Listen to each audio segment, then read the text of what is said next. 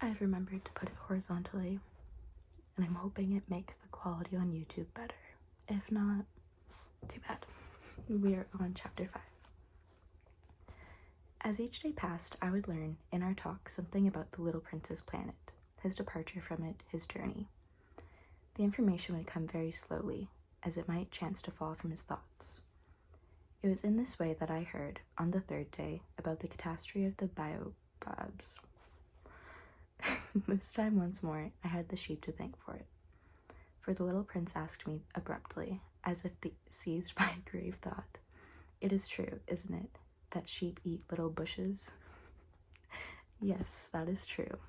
Ah, I am glad. I did not understand why it was so important that sheep should eat little bushes. But the little prince added, "Then it follows that they also eat baobabs?" I really don't know what that word is.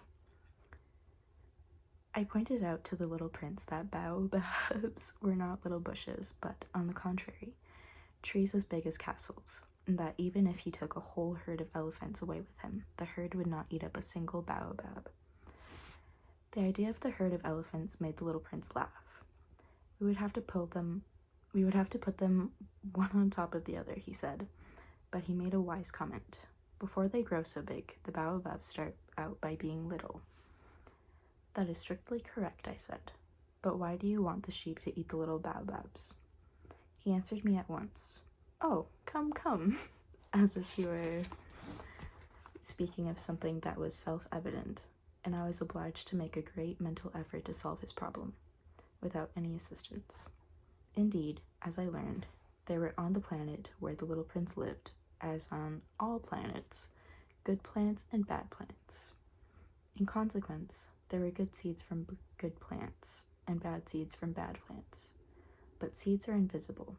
They sleep deep in the heart of the earth's darkness, until someone among them is seized with a desire to awaken. Then this little seed will stretch itself upward toward the sun. If it is only a sprout of radish or the spray of a rose bush, one would let it grow wherever it might wish.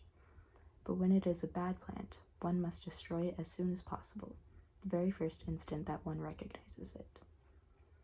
Now there were some terrible seeds on the planet that was the home of the little prince, and these were the seeds of the baobab. The soil of the planet was infested with them. A baobab is something you will never ever be able to get rid of if you attend to it too late. It spreads over the entire planet. It bores clear through it with its roots. And if the planet is too small and the baobabs are too many, they split it in pieces. It is a question of discipline, the little prince said to me later on. When you've finished your own toilet in the morning, then it is time to attend the toilet of your planet just so with the greatest care.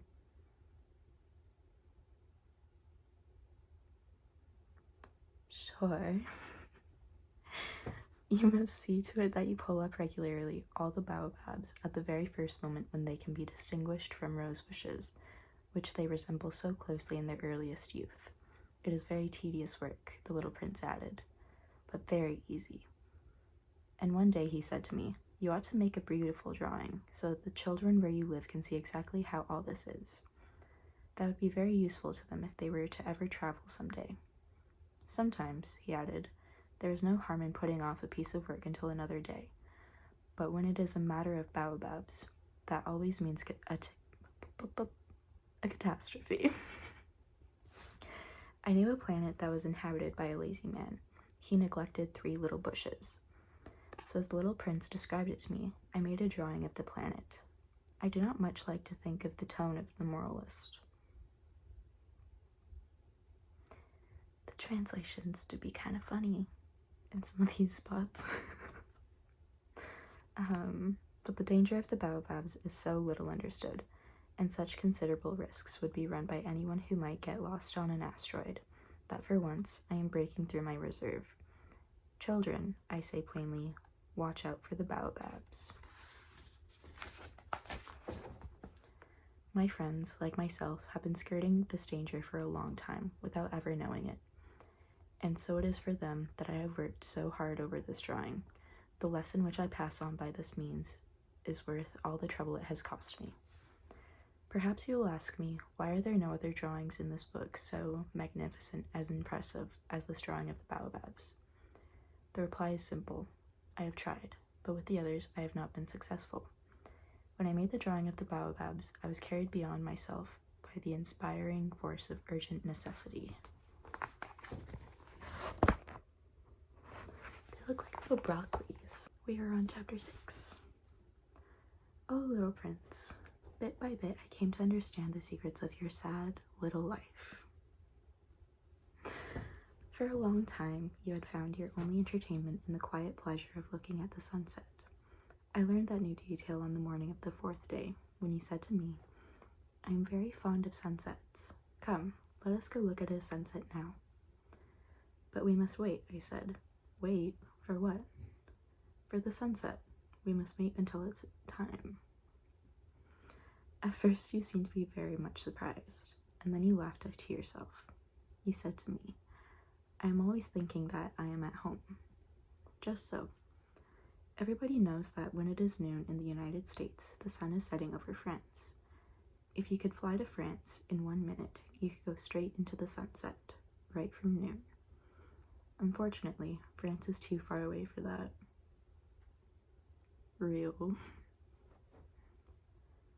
But on your tiny little planet, my little prince, all you need to do is move your chair a few steps. You can see the day end and the twilight falling whenever you like. One day, you said to me, I saw the sunset 44 times. And a little later you added, you know, one loves the sunset when one is so sad. Were you so sad then? I asked, on the day of the 44 sunsets. But the little prince made no reply.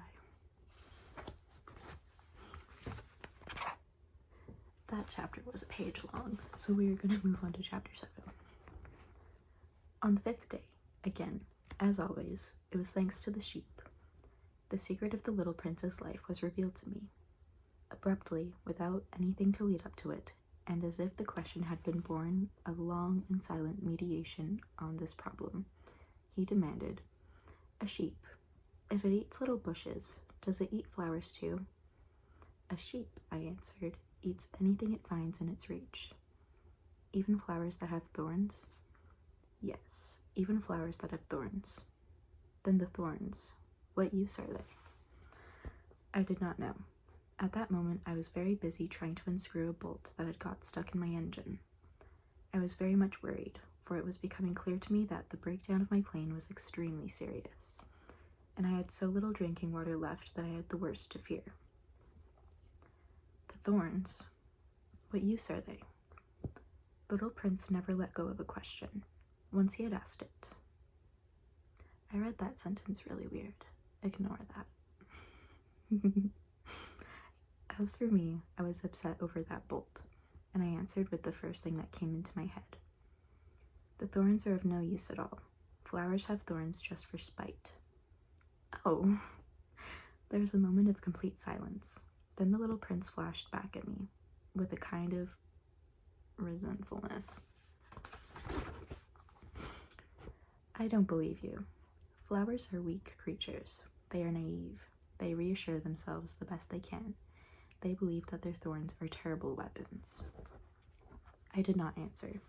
At that instant, I was saying to myself, if this bolt still won't turn, I am going to knock it out with the hammer. Again, the little prince was disturbed by my thoughts. Or, the little prince disturbed my thoughts, not was disturbed by them.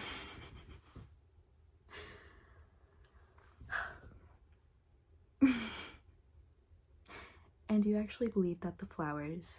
Oh no, I cried. No. I don't believe anything.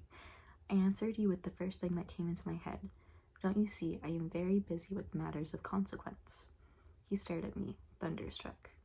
Matters of consequence? He looked at me there, with my hammer in my hand, my fingers black with engine grease, bending down over an object which seemed to him extremely ugly. You talk just like the grown-ups. That made me a little ashamed, but he went on relentlessly. You mix everything up together. You confuse everything. He was really very angry. He tossed his golden curls in the breeze. I know a planet where there is a certain red-faced gentleman. He has never smelled a flower. He has never looked at a star. He has never loved anyone. He has never done anything in his life but add up figures. And all day he says over and over, just like you, I am busy with matters of consequence. And that makes him swell up with pride. But he is not a man. He is a mushroom. A what? A mushroom. The little prince was now white with rage. The flowers have been growing thorns for millions of years. For millions of years, the sheep have been eating them just the same.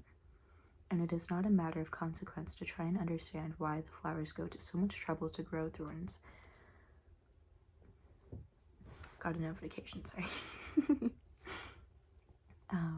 So much trouble to grow thorns, which are never of any use to them. Is the warfare between the sheep and the flowers not important? Is this not of more consequence than a fat-redded gentleman's sums? And if I know, myself, one flower which is unique in the world, which grows nowhere but on my planet, but which one little sheep can destroy in a single bite some morning, without even noticing what he is doing. Oh, you think that is not important? His face turned from white to red as he continued. If someone loves a flower, of which just one single blossom grows, in all the millions and millions of stars, it is enough to make him happy just to look at the stars. He can say to himself, somewhere my flower is still there. But if the sheep eats the flower, in one moment all his stars will be darkened, and you think that is not important? He could not say anything more. His words were choked by sobbing. The night had fallen. I had let my tools drop from my hands. Of one moment,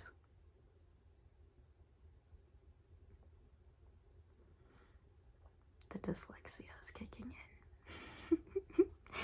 Of what moment now was my hammer, my bolt or thirst or death? On one star, one planet, my planet, the Earth, there was a little prince to be comforted. I took him in my arms and rocked him. I said to him, the flower that you love is not in danger. I will draw you a muzzle for your sheep. I will draw you a railing to put around your flower. I did not know what to say to him. It felt awkward, and I was blundering. I did not know how I could reach him, where I could overtake him and go on hand in hand with him once more. It is such a secret place, the land of tears. And there's his little flower. Okay, we are on chapter 8, and this is the last one I am reading to you tonight. I soon learned to know the flower better. On the little prince's planet, the flowers had always been very simple. They had only one ring of petals. They took up no room at all. They were a trouble to nobody. One morning, they would appear in the grass, and by night they would have faded peacefully away. But one day, from a seed blown from no one knew where, a new flower had came up, and the little prince had watched very closely over this small sprout, which was not like any other small sprouts on his planet. It might, you see, have been a new kind of baobab. Again, I don't know how to pronounce that. But the shrub soon stopped growing, and it began to get ready to produce a flower. The little prince, who was present at the first appearance of a huge bud, felt at once that some sort of miraculous apparition must emerge from it. But the flower was not satisfied to complete the preparations for her beauty in the shelter of her green chamber. She chose her colors with the greatest care. She dressed herself slowly. She adjusted her petals one by one.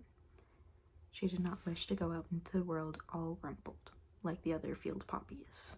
She's not like most girls. It was only in the full radiance of her beauty that she wished to appear. Oh yes, she was a coquettish creature, and her mysterious adornment lasted for days and days. Then one morning, exactly at sunrise, she suddenly showed herself.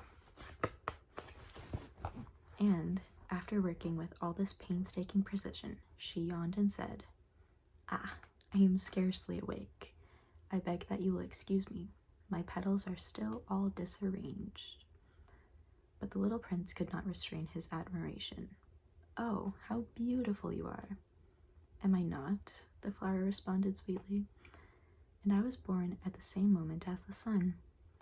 The little prince could guess easily enough that she was not any too modest, but how moving and exciting she was. "I think it is time for breakfast," she added an instant later. "If you would have the kindness to think of my needs." And the little prince, completely abashed, went to look for a sprinkling can of fresh water. So he tended the flower. So, too, she began very quickly to torment him with her vanity, which was, if the truth be known, a little difficult to deal with. One day, for instance, when she was speaking of her thorns, she said to the little prince, "Let the tigers come with their claws." "There are no tigers on my planet," the little prince objected. "And anyway, tigers do not eat weeds." "I am not a weed," the flower replied sweetly. "Please, excuse me. I am not at all afraid of tigers," she went on, "but I have a horror of droughts. I suppose you wouldn't have a screen for me." "A horror of droughts?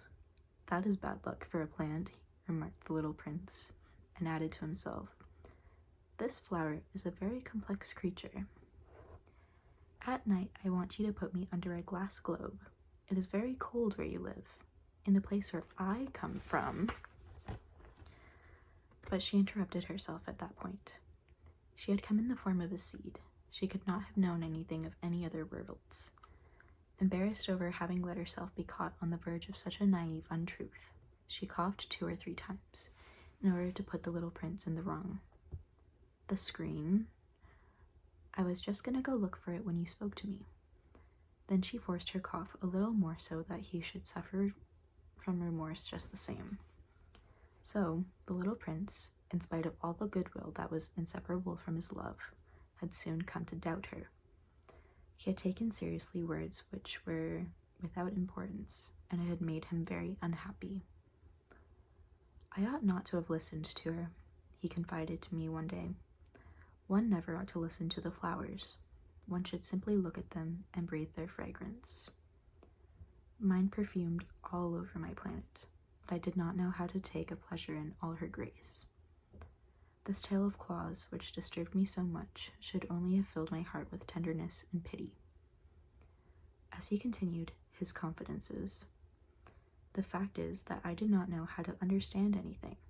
I ought to have judged by deeds and not by words. She cast her fragrance and her radiance over me. I ought never to have run away from her. I ought to have guessed all the affection that lay behind her poor little stratagems. Flowers are so inconsistent, but I was too young to know how to love her." I forgot to show you pictures. Hold on. Okay. There's him being pissy at the flower. He's watering it and then getting the screen. I think that's supposed to be a sheep and the rose. And then he's putting the glass globe over her. Okay, that is the end of chapter 8. And that is all I'm reading for you today. I hope that was better than yesterday.